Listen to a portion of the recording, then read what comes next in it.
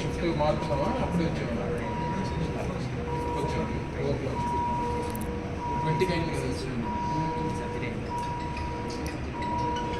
కదా ఎవరు మొన్న 21వ తారీఖున అచ్యుతాపురం ఇండస్ట్రియల్ పార్క్లో ఎసెన్షియా కంపెనీలో జరిగినటువంటి దుర్ఘటన దాదాపు 17 వారికి కావాల్సినటువంటి సహకారాన్ని మరి ముఖ్యంగా వారి బాగోగులు తెలుసుకొని వారితో పాటు ఉన్నటువంటి కుటుంబ సభ్యులందరినీ కూడా ఓదార్చేటువంటి కార్యక్రమం చేసిన తర్వాత కూడా గౌరవ పార్టీ అధ్యక్షుడు జగన్మోహన్ రెడ్డి గారు ఆ రోజు చనిపోయినటువంటి కుటుంబాలకి 5 లక్షల రూపాయలు పార్టీ పరంగా సహాయం చేయాలని చెప్పి నిర్ణయం తీసుకుని ప్రకటించడం, అలాగే గాయపడినటువంటి మరో 38 మంది వ్యక్తులు ఎవరైతే ఉన్నారో వారికి కూడా వారి బాగోగులు చూసుకున్నటువంటి దానికి 1 లక్ష రూపాయలు పార్టీ పరంగా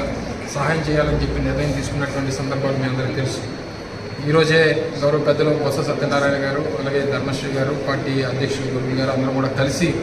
దాదాపు చనిపోయినటువంటి కుటుంబాలందరినీ కూడా ఎలమంచిలి, పాయకరపేట, గాజువాక ప్రాంతాల్లో ఉన్నటువంటి వారందరికీ కూడా 5 లక్షల రూపాయల చెక్కులను అందించేటువంటి కార్యక్రమం. వారితో పాటు కొంతమంది ఇప్పటికే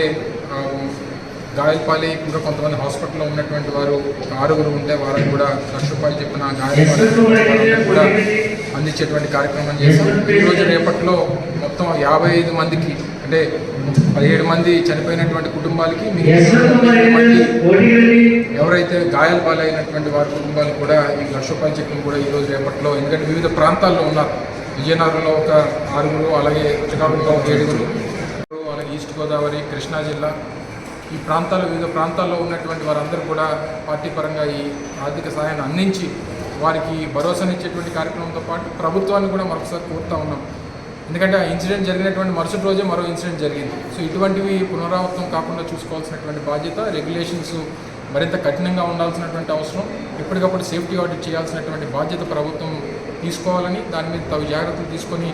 మళ్ళీ ఇటువంటి ఇన్సిడెంట్స్ జరగకుండా చూసుకునేటువంటి బాధ్యత ప్రభుత్వం తీసుకోవాలని చెప్పి మరొకసారి ఈ సందర్భంగా కోరుతూ, మరి జగన్మోహన్ రెడ్డి గారు అందించినటువంటి సహాయాన్ని మరొకసారి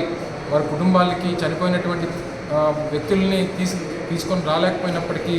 మరి వారి కుటుంబానికి ఏదో రకంగా మనం అండగా నిలబడాలనేటువంటి ఉద్దేశంతో చేపట్టినటువంటి సహాయం, అలాగే పార్టీ పరంగా పాలైనటువంటి 38 మంది కూడా ఏదో రకంగా ఒక ఓదార్పుని ఇచ్చేటువంటి పరిస్థితి ఉంటుందనేటువంటి ఉద్దేశంతో చేసినటువంటి సహాయాన్ని గుర్తించమని చెప్పి మీ ద్వారా మనందరినీ కూడా కోరుతాను. Thank you.